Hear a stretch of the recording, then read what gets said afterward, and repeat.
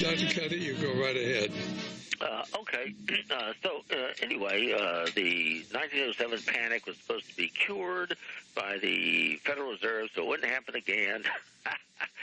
But then, of course, in the 1920s, we had the planned crash of the stock market. As Curtis Dahl called it, a calculated, quote, calculated shearing, S-H-E-A-R-I-N-G, shearing of the American public. However, they protect their own. So just before the stock market crashed, there's a knock on the door of the old Joe Kennedy. Now, remember, old Joe Kennedy got his money by sneaking booze from Canada down into this country, right? So old Joe Kennedy was very familiar with the mob, as it's called, the Sam Giancana and the rest of these guys, because they were into that business, as Elliot Ness would have told you. So old Joe gets a knock on the door, knock, knock, knock, and opens up, and he sees somebody who he knows. And the guy is very cryptic. He says, Mr. Kennedy, yes. He says, we advise you to get out of the stock market. And he says, well, what's going to happen? Why? They really won't be forthcoming. They don't tell him exactly. They don't tell him time. He says, we're just telling you to get out of the stock market now. And so he does, because, he knows when he's being told when you're being advised what to do, what you should do. And so he does, and so he's protected. Old Joe Kennedy's protected. And so he builds up his family. Remember, there's this hereditary elite. Now, way back it's the kings and the queens, but with the Rockefellers, it's become sort of hereditary. So old Joe is building up a dynasty, and he has a son who unfortunately is killed in World War II, who was actually the person planned to be president. So then it falls to JFK, and so you have to get him a reputation, right? So you put him on a PT boat, you make a big thing out of the PT boat, so forth, so on. So he comes back. But remember, just like Nixon, a president can be brought down if he gets too cocky, too independent. What happened was when you make a deal with the mob, like Sam Giancana, when old Joe Kennedy makes a deal with the mob, hey, let's have some dead people voting in, Chicago and Illinois, and we'll get our other friend, Landslide Lyndon, as they call him, to have some dead people voting down in Texas. Then you can win an election. So technically, Nixon really won the election of 1960 if you don't count the dead people voting in Texas and Illinois. Hold that thought, Dennis. We're going to be back here in just a moment at Radio Liberty. Well, this is Dr. Stan, and Dr. Cuddy is really talking about how elections are really won.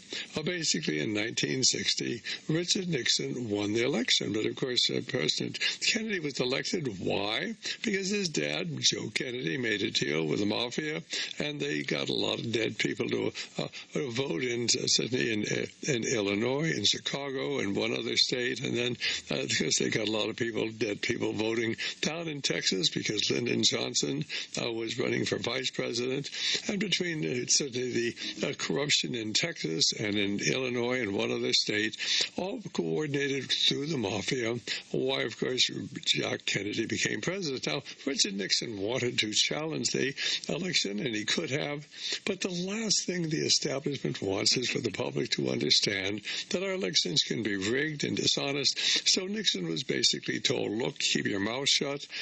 You can go ahead and run for election in 68 and 1968, and you'll win that election, but do not challenge this election. We do not want the people to understand that democracy is a total and complete fraud, and we can change the outcome of these elections any time, as certainly happened in 1960, but it wasn't the establishment that did it, it was the mafia. But anyway, go right ahead with the story there. The mafia, but they had some, help from their friends, the CIA and some other places. So the problem was the deal was made between old Joe Kennedy and Sam Giancana. That the dead people vote, and your son, Joe, with JFK, your son, will lay off of the mob. But, apparently he didn't tell Bobby Kennedy, so Bobby Kennedy starts looking into things. And, of course, JFK, you pay a price when you make a deal. So JFK had to go because Marilyn was a sweetie pie, and Ben Bradley with the Washington Post knew all this stuff, but he kept that from the public because when you can control the press, you can do that sort of stuff. With this fine Catholic president fooling around with Marilyn Monroe would not have gone over too well. And so, she wasn't the only one they were fooling around with, because old Joe himself used to fool around right there in his house. It was Rose Kennedy looking at this, and so but the dutiful wife just kept her mouth shut. So Joe used to challenge the boys. He used to challenge JFK, Teddy, and all, to go out and conquer some women like he was doing. So he was an immoral buzzard. So anyway, you don't cross the mob, and so JFK had to go, and then when Bobby ran, of course, Bobby had to go too, because he was the one who was going after the mob. But they had help from their friends. There was a certain CIA element, who was knowledgeable about this, the Howard Hunt and the others. They called them the Cuban supporters, because JFK had yanked out the air support when they had their, the Bay of Pigs, and they resented that out the wazoo. And so the same group, McCord and others, and E. Howard Hunt with the Watergate, the same guys with the Watergate who just sat there waiting to get caught. If you knew somebody was going to come into a building and maybe find you, you wouldn't crouch down under a desk for 5 or 10 minutes waiting to be found. You wouldn't do that. But that's what they did, sort of Watergate. So that was all planned to bring Nixon down as well. The Watergate was the scandal. They call it that, but it's actually where they got caught was the Democratic National Headquarters. They were bugging the phones rather ineptly, and putting the tape on the door. But even that was concocted, because the policeman who supposedly discovered them had been waiting 2 blocks around the corner all along, waiting for them to go in so he could come in and discover them. So it's all very intricately controlled. And so JFK had to go, and then Bobby had to go, and so that's really how they control stuff. And other people like the CIA was on LBJ. LBJ knew about it too, because the day before the route was changed in Dallas, so that they could set up Oswald, who really was a patsy. That's what Oswald was. He was a patsy, just like he said. What happened was LBJ told his sweetie pie. They all have these sweetie pies on the side. He said, "Well, tomorrow we won't have to worry about them Kennedys anymore." And so he knew, he would do what was doing. Elements of the CIA knew. Incidentally, we do have an interview, certainly with a woman, certainly LBJ's mistress, where you'll actually hear her saying, and I believe it's called a JFK update, as I recall. But basically, you'll hear her saying that Lyndon had come and whispered into her ear after a meeting on the night before the assassination, "Well, after tomorrow, we're not going to have to worry about those Kennedys anymore." And you'll actually hear the mistress saying that we have all of this historical information, but of course nobody wants to think about that. We're thinking now about the football season coming up, and sort of what's going on over in the Ukraine, which is all, certainly in my estimation, orchestrated as certainly a great diversion. But go right ahead. Yeah, I'll pick up on the Ukraine in a minute, because there's more to that than meets the eye, too. It involves China as well, and setting precedents. You also have a tape of Sam Giancana's daughter. You did an interview with her, too, as well, where she's talking about what Daddy did and why, and so on. So anyway, so the Kennedys, they have to go, and there's a number of elements involved in that assassination. And they even said they found LBJ supposedly had a private hitman, like an assassin. And they said while they didn't find any really good prints of Oswald on his gun, the fingerprints on the gun they didn't find fingerprints of LBJ's hitman, his own private hitman. So what you have is a number of elements, at least knowledgeable, if not involved with this, and that's why you have figures on the grassy knoll and a number of shots coming from a number of different directions. And why you had Jack Ruby trying to eliminate the patsy, and then of course you had to eliminate Jack Ruby too. So he had this fantastically quick growing cancer that overcame him before he could get out of there, which is what he wanted to do. All right, so backing up, so they control the media, and they control various things. And they use different techniques, like they will set precedents. They will create panics like 1907 or the stock market crash. They create precedents. So, for example, the Ukraine is one of these what I call psychological probes. you make a probe to see what the public or political leaders will stand for.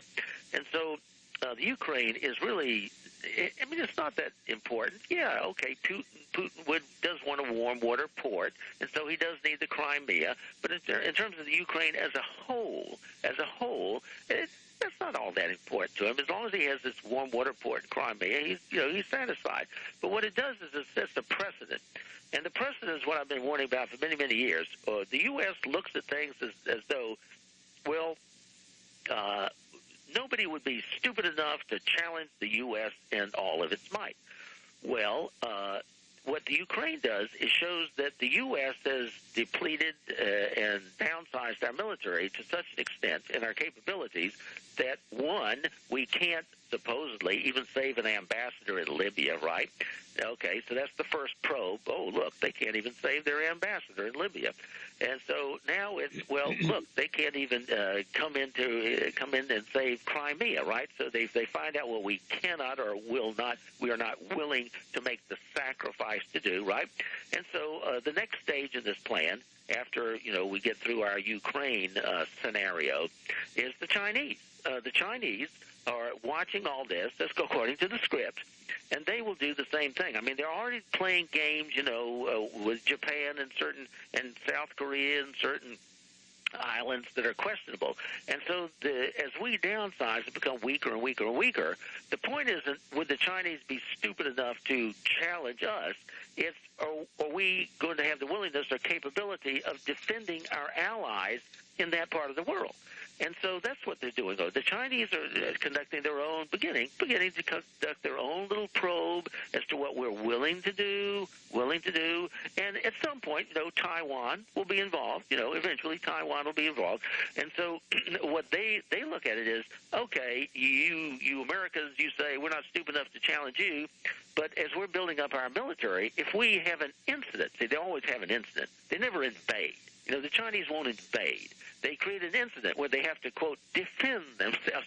They'll create an incident somewhere, between Korea or Japan or, Taiwan, let's say. After Korea's Taiwan, and they'll create an incident. And, oh, look, the Taiwanese shot, a bullet at somebody on a Chinese ship.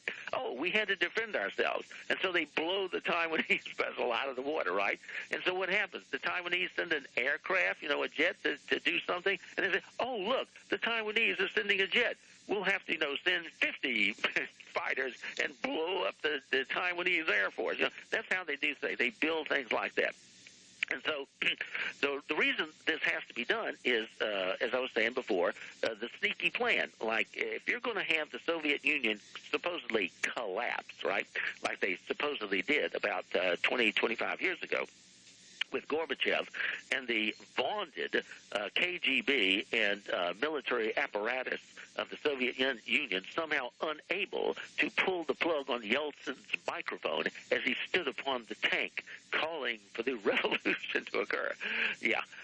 Okay, so what they have to do is, if you're going to have this supposed collapse of the Soviet Union, you have to have a threat. You still have to have a threat, so that's why they build up China. And so what you did was in 1931, see, they planned 50, 60, 70 years in advance. 1931, Dmitry Manuelsky, speaking to the Comintern in Moscow, says, in 50 years or so, around the time of Gorby, you have to give him a cute nickname, right? You can't say Gorbachev because that sounds menacing. I say, call, Gorby. That's what the girls were all chanting as Gorbachev got on the vote in New York City. Gorby, like that. Make them sound fun-loving, fun-loving. Uncle Joe Stalin, a nice, friendly uncle. So what he said was, in 50 years ago, Dmitry Manuelsky in 1931 said the stupid West will fall for our fake peace offensive. The West is so stupid and decadent that they'll buy this in a moment. They'll snap it as, they'll say, the West, the stupid West, will say, look at that. Those wonderful, peaceful Soviets, they want to be friends. And so they'll fall for it. Okay, so you have the fake collapse with Gorbachev, and so you have to build the Chinese communists to be the new threat, right, the new threat. And so, therefore, if you're going to build them up, you have to lots of money. And so that's why you had to have the Western scheme of free trade, as Robert U. Benson said in his book, 1907, The Lord of the World. And that's what it is. It's a Western bastard scheme of free trade, because it's not free trade. It's really not. And actually, in the latest, Phyllis does a good job on this. Phyllis Schlafly report of this month, she has a good little sequence. And during the last few minutes, I want to run through this really quickly. I mean,